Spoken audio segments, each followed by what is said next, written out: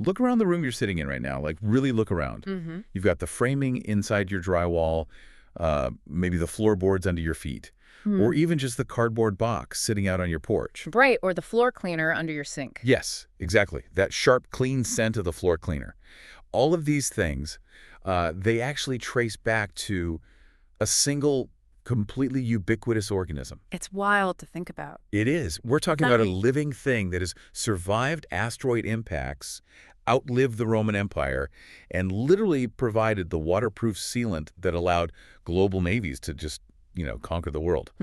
So welcome to our deep dive. Today we're exploring this incredible stack of documentary anthropology notes focused entirely on one thing, the pine tree. Yeah, and it's an organism that it really completely rewrites our understanding of what it means to be successful on this planet. How so? Well, we usually think of biological success as like dominance, right? Like a conqueror moving into a lush valley and just taking all the sunlight. Right, pushing everything else out. Exactly. But what these source notes reveal is that the pine tree is a master of a completely different strategy. It's the ultimate pressure-tested survivor. Okay, let's unpack this, because I am so excited to get into this material. Before looking at this research, I just thought of pines as, well, the trees that drop those annoying needles all over the hood of my car. Yeah, the sticky ones. Exactly. But our mission today is to show you how a tree that you probably just walk past on a Sunday hike, how it exists at this wild intersection of prehistoric survival, brutal human industry, global geopolitics, and even, like, our own spiritual memory. It's a heavy resume for a tree. It really is. How does one type of tree do all of that? Where do we even begin with this? I think we have to begin with the biological armor. To understand how the pine tree became the invisible infrastructure of human civilization, you really have to look at the hardware it developed millions of years before humans even existed. The notes clarify that pines belong to the genus Pinus, which encompasses over 120 recognized species, and biologically, they are gymnosperms. Okay, wait, I remember that word from high school biology, but I definitely need a refresher. How is a gymnosperm different from, say, an apple tree or an oak tree? So it really comes down to energy and reproduction. Angiosperms, which are your oaks, your maples, your apple trees, they produce flowers and they enclose their seeds inside a protective fruit. Right, like an apple. Yeah. But that takes an immense amount of biological energy. You have to build these delicate petals, produce nectar to bribe insects for pollination, and then grow these heavy, water-filled fruits. That's a lot of work just to drop a seed. It is. But gymnosperm, that literally translates to naked seed. The pine doesn't bother with the energetic cost of a flower. It just builds this woody, armored fortress, which is the cone, and relies on the brute force of the wind to carry its pollen. So it's a much more Spartan approach to life. Very Spartan. It's not trying to be pretty. It's just trying to be durable. And that makes total sense when you look at where these trees actually live. The notes are very clear that pines thrive in environments that would absolutely kill a standard broadleaf tree. Oh, without question. Like, we're talking about high altitude, freezing mountain ridges, nutrient-depleted sand dunes along the coast, acidic bogs. Exactly. They live where life is fundamentally hard. And to survive in those margins, they had to invent what the text beautifully describes as survival technology. I love that phrase. Right. And the most prominent piece of that technology is the pine needle itself. Right. Because a leaf on a maple tree is essentially a giant solar panel. It's wide, it's flat to catch maximum sunlight. But there's a massive downside to that design, isn't there? A huge downside. A wide, flat leaf is incredibly vulnerable. It loses a massive amount of water through evaporation, and its high surface area means it freezes easily when the temperature drops. So what does the pine do instead? The pine needle is an evolutionary countermeasure to both of those threats. Instead of a flat panel, the tree rolls its leaf into a tight, narrow cylinder. This drastically reduces the surface area that's exposed to the freezing wind or, the scorching sun. But the notes also mention they're heavily waterproofed. If I picture an astronaut wearing a high-tech survival suit in the vacuum of space, the pine needle feels like the botanical equivalent to that. That's a great analogy. How does that waterproofing actually work on a cellular level? It's a total marvel of biochemistry. So the outer layer of the needle is coated in this thick cuticle made of cutin, which is essentially, well, it's a biological plastic. Wait, really? Like plastic? Yeah, it completely seals moisture inside. And furthermore, the tree's stomata, those are the microscopic pores it uses to breathe in carbon dioxide. They aren't just sitting exposed on the surface. Where are they? They're sunken into these deep little pits in the needle. Wait, why does sinking the breathing holes make a difference? Because it creates a tiny boundary layer of still air right above the pore. Ah, I see. Yeah, so if a harsh, dry wind blows across the needle, it can't easily suck the moisture out of those sunken pits. The tree is constantly engineering ways to hold on to its water. Especially because it often lives in freezing environments where the water in the ground is locked up as solid ice for months at a time. Exactly. It can't drink, so it has to hoard what it has. And the way they grow on the branch is deliberate too, right? They don't just stick out randomly. No, they grow in these highly organized clusters called fascicles. Depending on the species, you'll find needles bundled in groups of 2, 3, or 5. Okay. And these bundles act together to break up the aerodynamic force of the wind, creating an even larger microclimate of still humid air right against the branch. Okay, so we have this tree locked inside a biological Gore-Tex suit, holding its water tight, surviving the freezing cold. But what happens if that suit gets punctured? That's when things get interesting. Right, like what happens if a branch cracks in a stem or a beetle tries to bore into the wood? This brings us to the resin, which honestly just blew my mind. The resin is arguably the pine's most important adaptation, both for its own survival and, well, for human history, which we'll get to. I always just thought of pine sap as, like, tree blood. But the notes explain it's a highly active biochemical defense system. It's not just passively leaking out. No, it is a very active defense. Pine resin is a complex mixture of solid resins called rosin suspended in these volatile liquid oils known as terpenes. Okay. The tree stores this resin under immense pressure in specialized microscopic ducts. So when an insect, like a bark beetle, chews into the bark, it breaches those pressurized ducts. Then. The resin violently bursts out, literally flushing the insect out of the hole through sheer mechanical force. It just pressure washes the bug right off the trunk. Precisely. But that's only the first phase. The liquid terpenes are highly toxic to fungi and bacteria. So it's chemical warfare too. Exactly. They act as a powerful chemical solvent, dissolving the cell walls of any pathogens the insect might have brought with it. Finally, once the liquid terpenes evaporate into the air, which by the way is what gives you that sharp pine scent, the solid rosin is left behind. What was that do? It polymerizes and hardens into a dense, amber-like scab, permanently sealing the wound. It's a self-sealing spacecraft. I mean, it gets hit by micrometeorites, or in this case, bugs, and it instantly bleeds a pressurized antibacterial patch kit that turns into armor. It really is. And because of this incredibly slow, defensive, heavily armored approach to life, these trees achieve lifespans that are almost incomprehensible to us.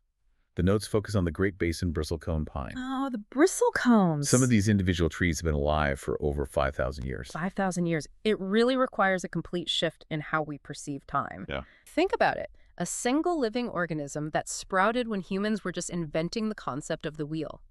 When the pyramids of Giza were being built, some of these trees were already ancient, heavily weathered sentinels standing on the mountainsides of what is now California and Nevada.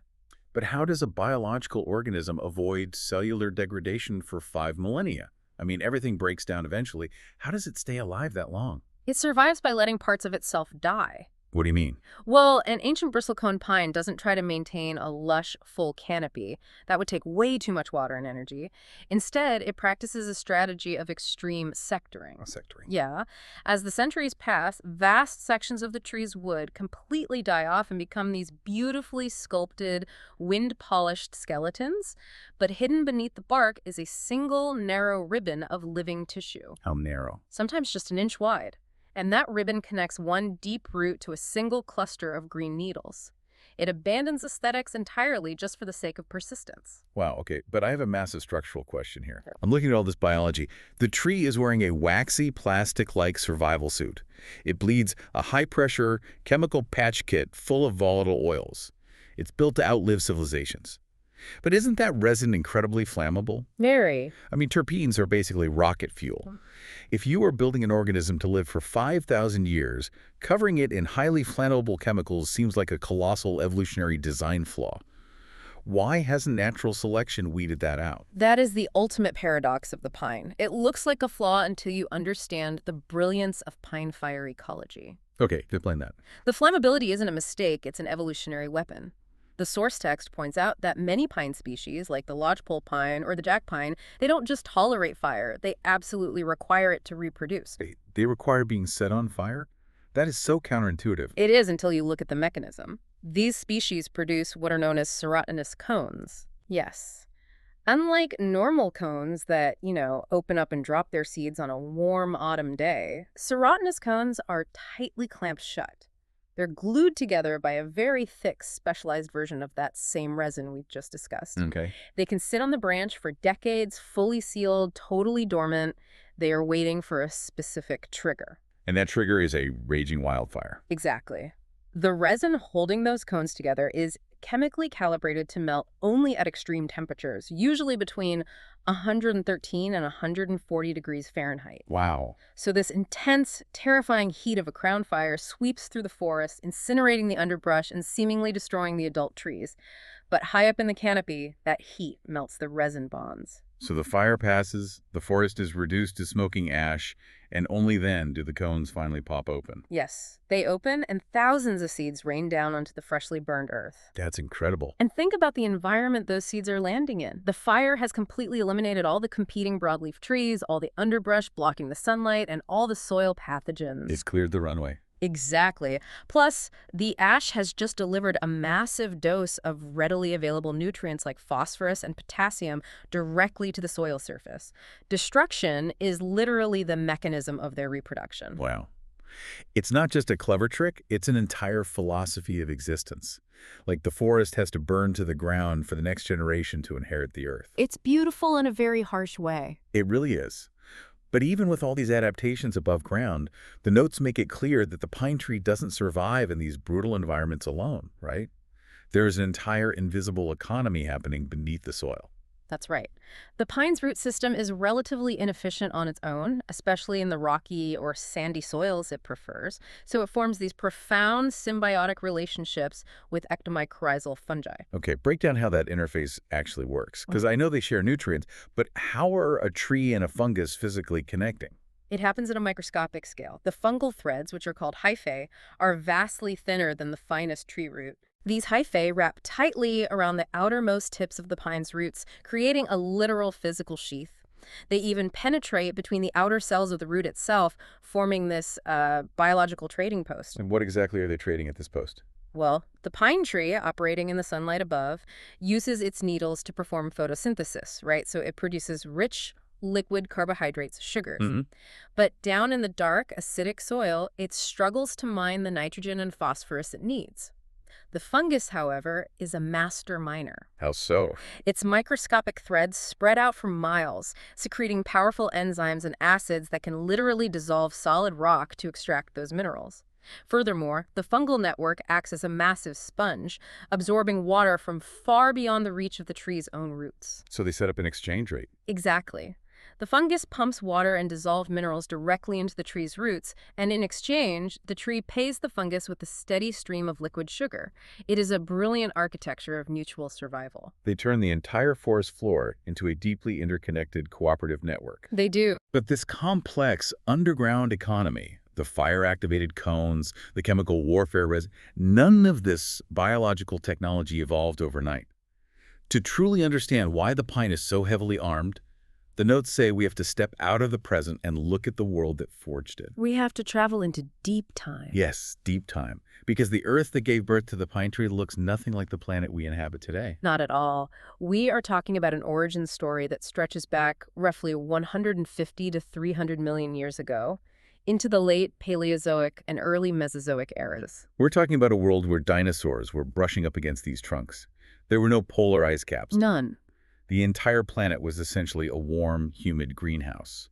And geopolitically, or geologically, I should say, the continents as we know them didn't exist. There were just these massive supercontinents like Laurasia in the north, which was slowly tearing itself apart to form North America, Europe, and Asia. And that continental drift is crucial to their story. Pines evolved on that massive northern landmass.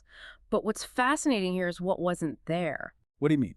When the first pines were establishing vast global forests, flowering plants did not exist. There were no broadleaf trees, no grasses, no colorful flowers. The angiosperm revolution hadn't happened yet. Exactly. But when it did, During the Cretaceous period, the world changed dramatically.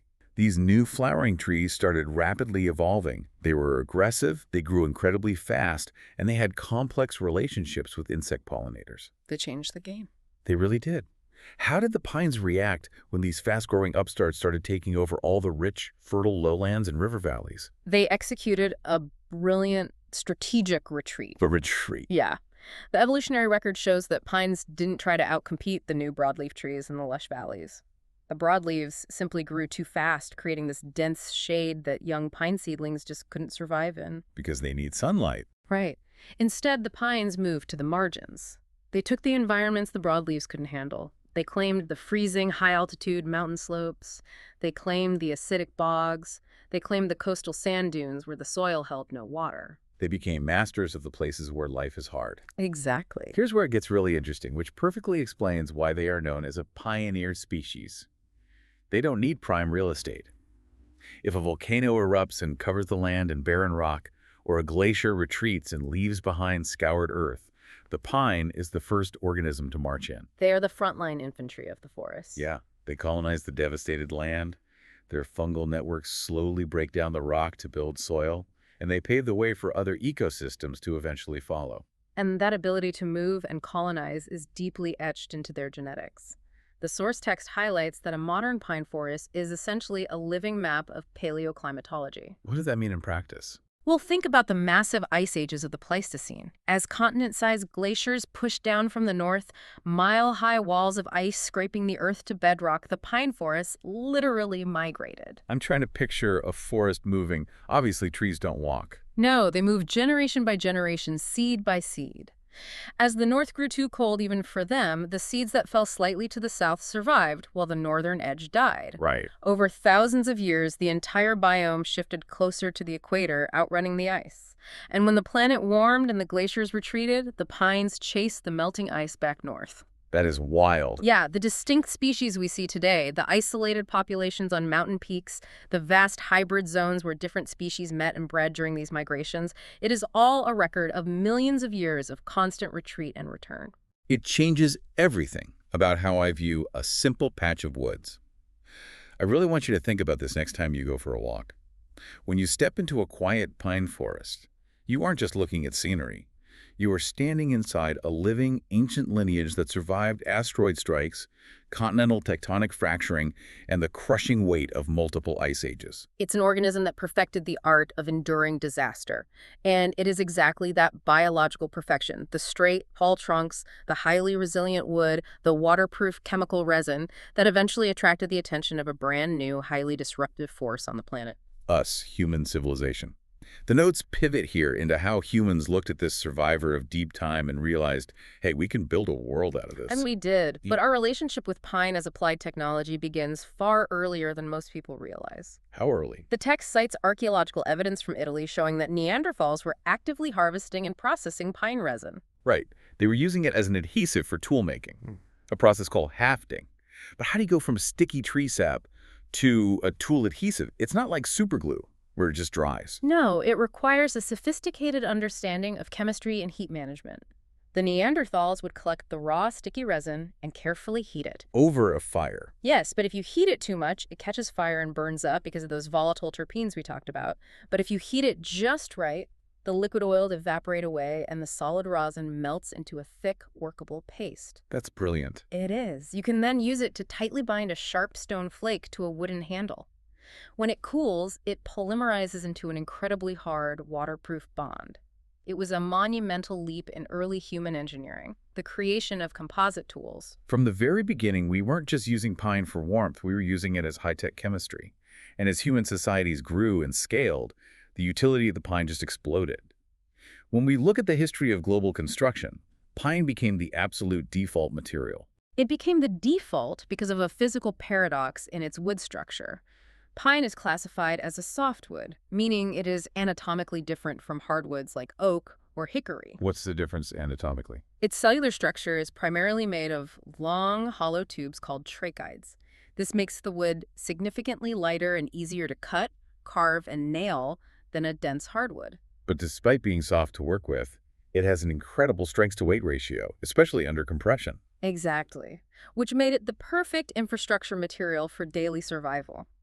Pine built the log cabins on the American frontier. It was the railroad ties that connected the coasts, absorbing the massive compressive weight of the trains. Wow, yeah. It was the support beams holding up the ceilings in dark, terrifying coal mines. It provided the affordable furniture in the working-class kitchen. It even provided the literal spark of fire for isolated communities. Ugh. The notes talk about fatwood. Oh, fatwood is fascinating. Yeah, if you have a pine tree that dies, over time, the liquid resin will concentrate deeply into the base of the trunk or the joints of the branches.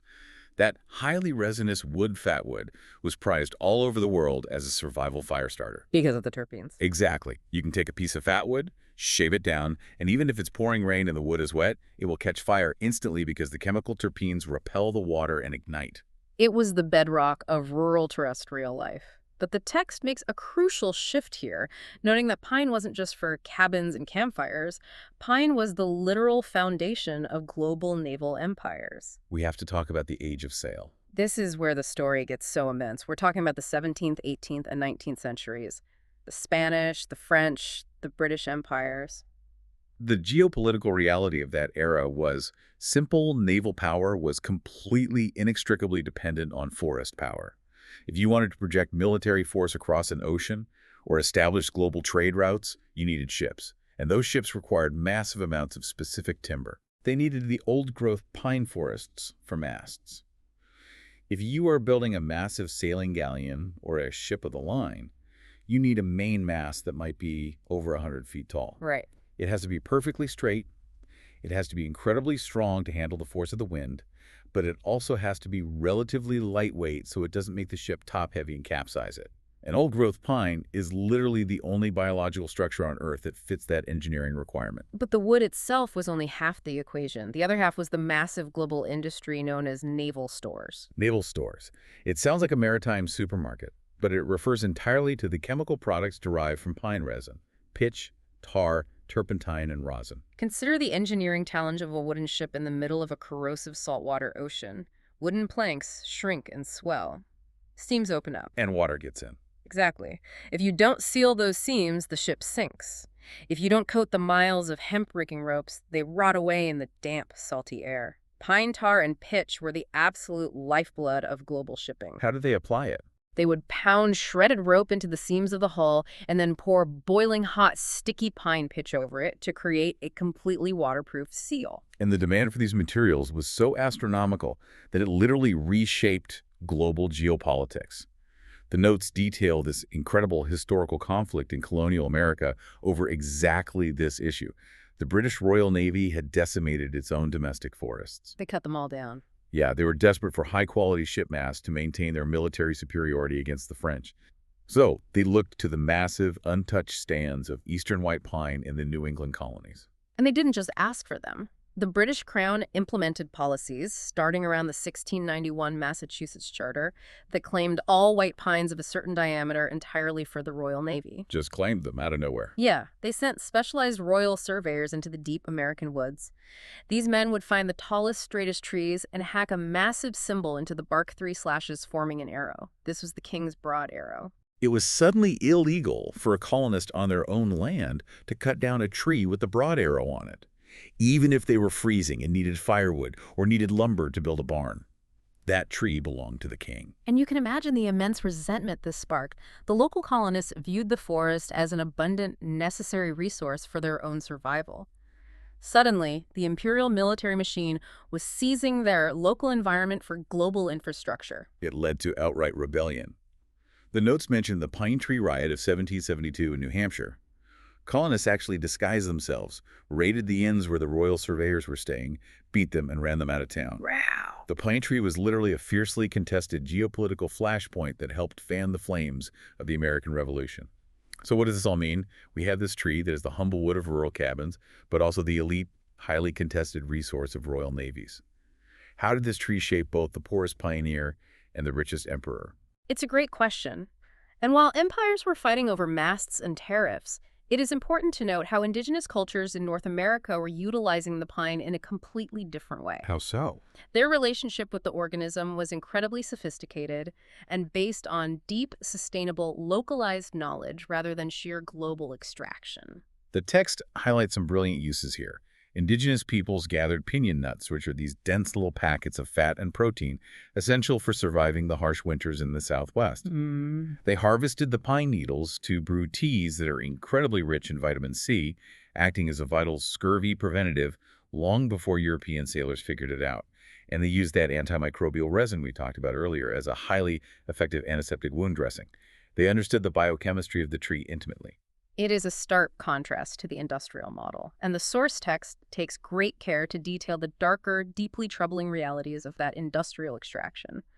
Producing those naval stores, the turpentine and pitch that waterproofed the global fleets, required unimaginably brutal labor. This is a heavy part of the notes, and it requires us to really look at the human cost.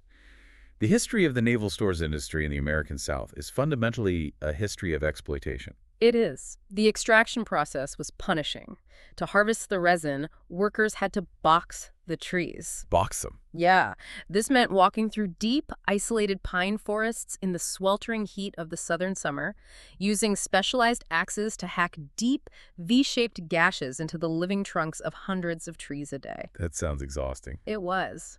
They then had to collect the sticky raw gum that bled out into buckets, haul it through the mosquito-infested woods, and process it in massive boiling stills to separate the turpentine from the rosin. And the workers performing this labor were subjected to horrific conditions.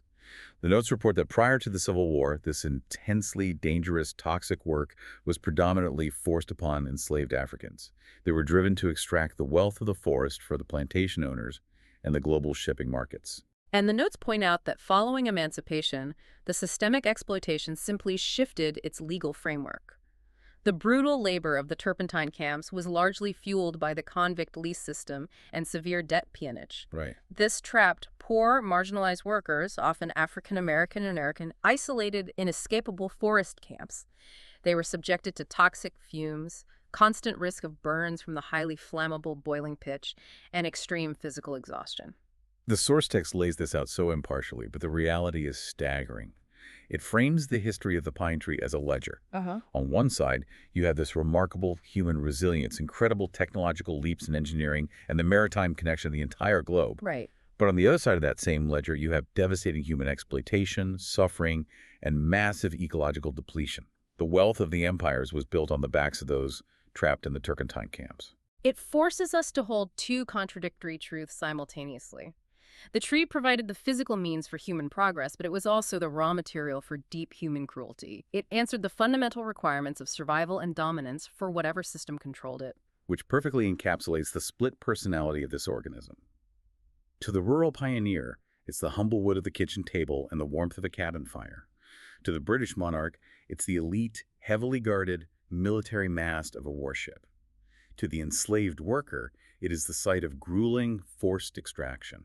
Because this tree was so intimately physically tied to human survival and power, it was inevitable that we would begin to project deep emotional and spiritual meaning onto it. And that brings us to the cultural and emotional landscape, what humanity actually thought about pines.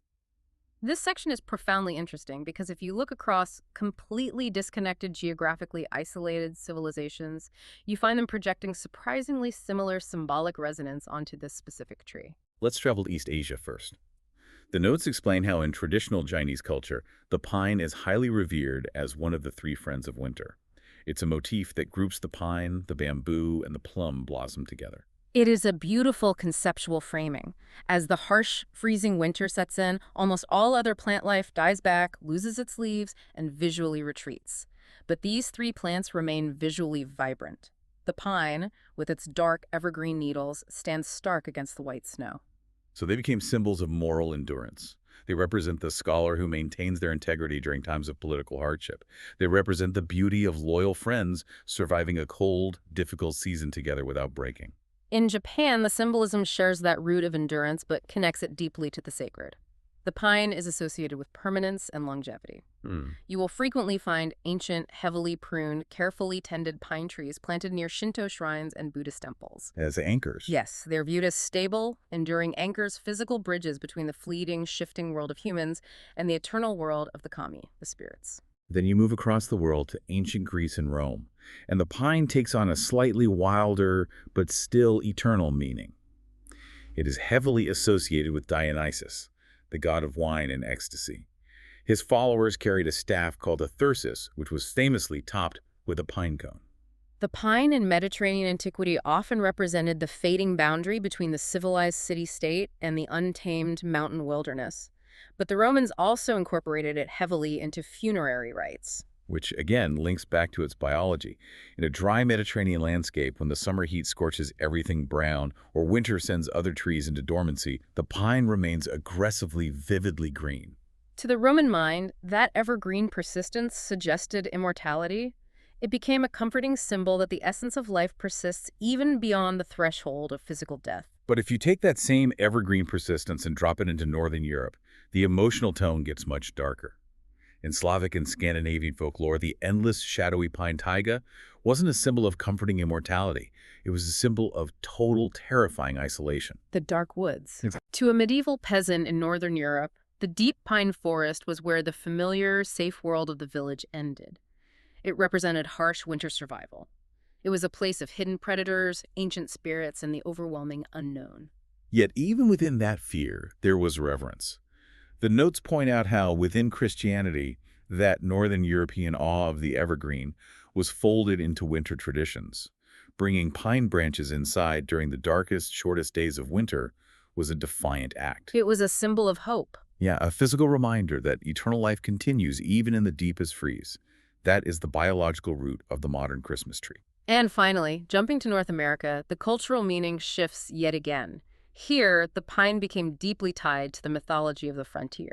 Right. It symbolizes rugged self-reliance. It's the scent of the Boy Scouts, the image of the lone campfire, a very practical, often masculine identity of roughing it in the wilderness and surviving by your own wits. If we step back and analyze why humanity, across all these diverse cultures, projects these specific traits, endurance, isolation, immortality, hope onto the pine, we find it is entirely rooted in human neurobiology and our sensory experience of the organism. Let's break that down. You mean our literal physical reaction to seeing or smelling the tree? Precisely. Let's start with vision. Human psychology is deeply affected by color. A human standing in a desolate winter landscape sees every broadleaf tree reduced to a skeletal, seemingly dead structure. But the pine remains a vibrant, massive structure of living green. Visually, it communicates survival in the face of death. And then there is the smell, the olfactory experience of a pine forest. Scent is famously the sense most strongly tied to human memory. It's because of how the brain is wired. When you walk into a pine forest, you breathe in air saturated with those volatile terpenes we discussed earlier, like alpha pine and beta pine. Those molecules hit your olfactory bulb, which has a direct neural pathway to the amygdala and the hippocampus, the emotional and memory centers of the brain. It bypasses the logical processing centers entirely. That explains so much. That's why catching a whiff of pine needles instantly triggers a profound wave of nostalgia. It immediately transports you to a childhood camping trip or a holiday morning, or just that feeling of breathing clean, cold air. The tree literally alters our brain chemistry, and it alters our acoustic environment as well. The notes specifically highlight the unique soundscape of a pine forest. This is fascinating. The silence of the pines. It's a matter of physics. Millions of tiny, cylindrical, flexible pine needles act as highly effective acoustic baffles. They break up and absorb sound waves. When you step deep into a dense pine forest, the ambient noise drops significantly. It creates an anechoic effect. It feels like walking into a cathedral. The physical structure of the tree enforces a hushed, reverent silence. And we, as humans, interpret that acoustic deadening as a space for spiritual introspection. It's wild to look at these massive cultural contradictions. It really is. To one society, the pine means immortality and hope. To another, it means terrifying, melancholy isolation. I mean, the pine tree is almost like an emotional blank slate, but the ink that every single culture uses to write its mythology is always endurance. It is the ink of persistence. We look at the biological reality of the tree, and we project our own desperate human desire to survive and persist onto it. Think about your own emotional reaction right now. When you smell pine, whether it's burning fat wood in a campfire, a scented candle, or unfortunately a bottle of industrial floor cleaner, what does it make you feel? It's incredible how deeply this prehistoric survivor has infiltrated our modern psychology. But if we connect that deep reverence to the bigger picture of the modern world, we arrive at a deeply troubling paradox. We have spent millennia revering the pine tree as the ultimate symbol of eternal endurance. Yet our current industrial demands and our rapidly changing climate are pushing that very endurance to its absolute biological breaking point. And that takes us into the climate battlefield. Because despite all the poetic meaning we just discussed, we still live in a physical world, and we still desperately need the wood. The notes point out that pine remains a dominant commercial timber globally. The demand is astronomical. We require it for framing lumber, for housing, for the endless sea of cardboard powering global shipping, for engineered wood products like MDF, for chemical extracts, and increasingly as biomass fuel. But the way we actually acquire this wood has fundamentally shifted. We are no longer primarily sending loggers into wild, old-growth forests. A massive percentage of our modern supply comes from highly engineered, fast-growing monoculture plantations. The notes mention species like Radiata pine and loblolly pine. And here we encounter what the text calls the plantation problem. A monoculture plantation is an industrial crop. It is not a forest. When you clear land and plant 1 million genetically identical trees, all spaced perfectly in rows, all the exact same age, you strip away the ecological complexity that the pine evolved to rely on. You lose the deep, multi-layered soils.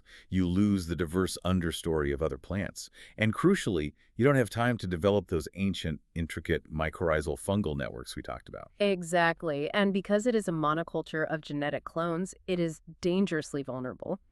In a natural forest, genetic diversity acts as a shield against disease. But in a plantation, if a pest or a fungal pathogen mutates to bypass the defenses of one tree, it has suddenly bypassed the defenses of the entire state. Which leads right into the massive climate threats outlined in the text. Pine forests, both the industrial plantations and the remaining wild ecosystems, are under unimaginable stress from warming temperatures and prolonged severe droughts. And the most devastating visual example of this in the notes is the mountain pine beetle. The mountain pine beetle epidemic is a perfect storm of climate stress. Historically, these tiny beetles were just a natural part of the ecosystem. They would cull a few weak or dying trees. And crucially, the brutal, deep freezes of the high-altitude winters would kill off a large percentage of the beetle larvae, keeping their population naturally regulated. But the winters aren't getting cold enough anymore. They aren't. Because of the warming climate, the extreme winter freezes are becoming rare. The beetles are surviving the winter in massive, unprecedented numbers. They're reproducing exponentially, and they're spreading higher up the mountains and further north than ever before. And the way they kill the trees is incredibly sinister. The beetles bore through the bark to lay their eggs, and in doing so, they introduce a specific fungus into the tree, a blue stain fungus. The fungus spreads rapidly through the tree's sapwood, actively blocking the xylem, the microscopic pipes the tree uses to pull water from its roots to its needles. At the exact same time, the tree is suffering from climate-driven drought, meaning it doesn't have enough water to manufacture the pressurized resin it needs to push the beetles out. So the tree is too dehydrated to bleed the defensive resin, and the fungus chokes off whatever water is left. The tree literally dies of thirst while still standing. The notes state that these beetles have killed millions upon millions of acres of pine trees across North America. It's devastating. You can look at entire mountain ranges where the deep green canopy has turned a sickly, rusty red and eventually a ghostly silver as the trees die. It transforms a living carbon sink into an ocean of dead, highly resinous standing fuel. And when you have millions of acres of dead, dry wood standing in a forest during a prolonged mega drought, well, you get mega fires. This is where the tragic irony of the pine is most stark. We discussed how species like the lodgepole pine evolved to rely on fire to melt their serotinous cones and drop their seeds. Right, the whole destruction is reproduction philosophy. Yes, but they adapted over millions of years to natural fire regimes. Fires that burned at a certain temperature, moving at a certain speed, occasionally clearing out the underbrush. But human policy changed the baseline. For a century, modern forestry practice was absolute fire suppression. We treated all fire as an enemy and put it out immediately. Which sounds good on paper, but in reality it allowed decades and decades of dead wood, pine needles, and underbrush to build up on the forest floor like kindling. Exactly. When you combine that massive unnatural fuel load with millions of dead, dry, beetle-kill trees and a climate change-driven super drought, the fires that ignite today are fundamentally different beasts.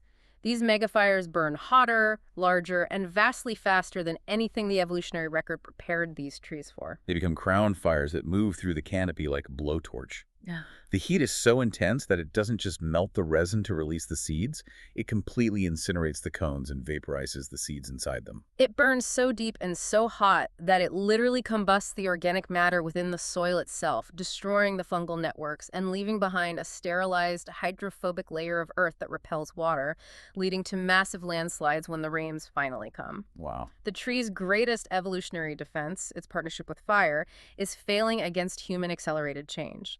The speed of the climate shift is simply outpacing the speed of biological adaptation. Reading through these documents, the reality of the situation forces a massive, uncomfortable question. We have this intense tension. Humanity desperately needs renewable materials. We need pine lumber to build housing. We need pine pulp to replace single-use plastics with biodegradable paper packaging. It is a vital, renewable resource. It is. But looking at the ecological collapse caused by replacing ancient forests with simplified crop rows, combined with the catastrophic megafires destroying the wild stands, Yeah. are we actually growing forests anymore, or are we just treating the earth as a wood factory?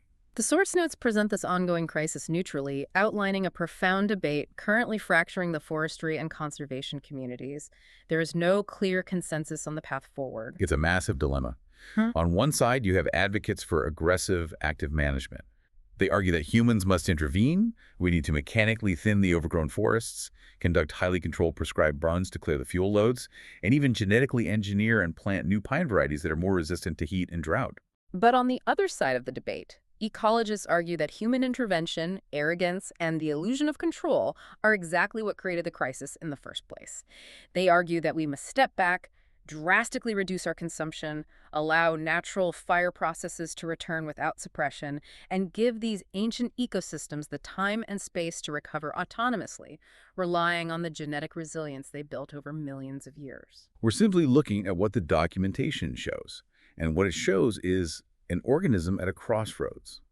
This modern crisis forces us to look at the pine tree not just as an economic resource, and not just as a victim of a warming climate, but as a mirror. A philosophical mirror reflecting our own society's values, our obsession with speed, and our fundamental flaws. Which brings us to the final and perhaps most resonant concept in the source text. The notes explicitly tie the biology and history of the pine to what they call Kenny's philosophy. Yes, Kenny's maintenance philosophy. This might be my favorite part of the entire deep dive. It frames the pine tree through this beautiful lens of quiet integrity, unseen labor, and the systems that quietly prevent collapse. Think about the way human societies generally use trees as metaphors. When a nation wants to project strength, dominance, and unyielding power, it chooses the dense, massive oak. And when a culture wants to reflect on fragile beauty, the ephemeral nature of life, and the fleeting moments of perfection, it points to the cherry blossom. But the pine represents a completely different virtue. It represents sustained resilience. The pine is not the flashy, charismatic CEO taking all the credit.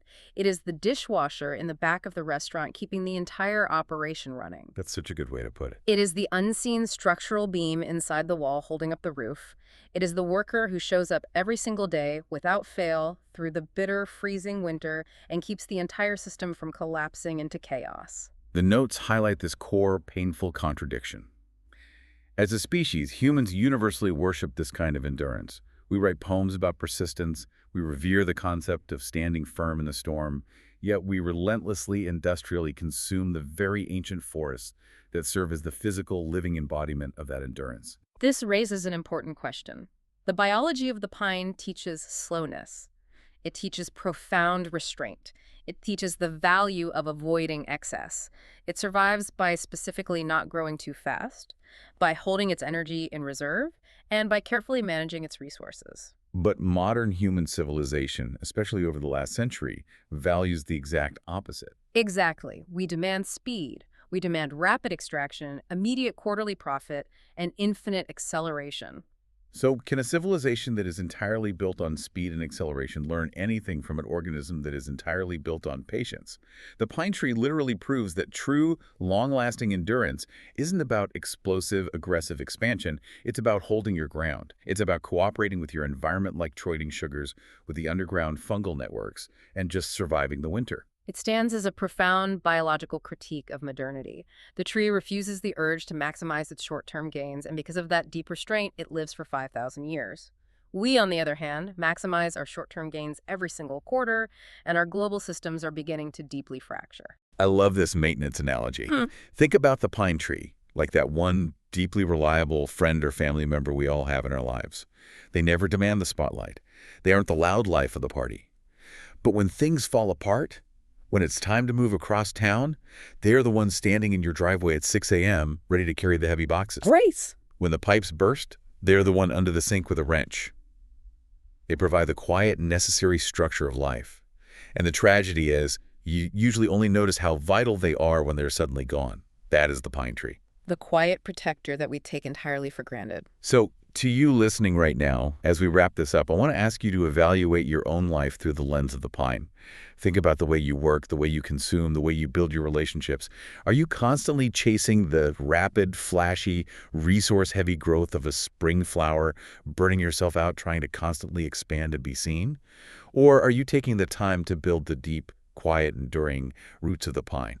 Are you building something that can actually survive the winter? It fundamentally asks us what kind of permanence we are striving for as individuals and as a society.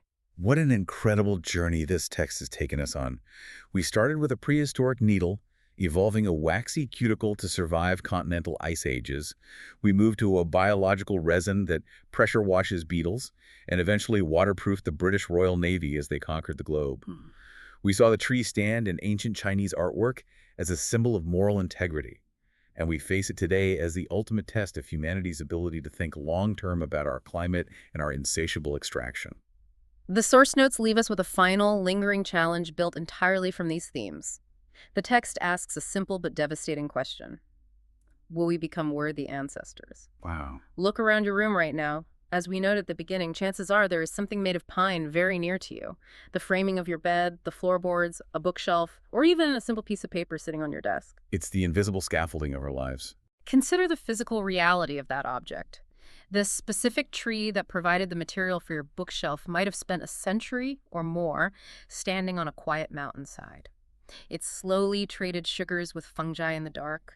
It survived blizzards that would kill a human in hours. It endured profound droughts, waiting patiently for rain, merely existing in a state of quiet resilience. Yeah. It did all of that just to be harvested and transformed into an object you might casually discard or replace in a few short years.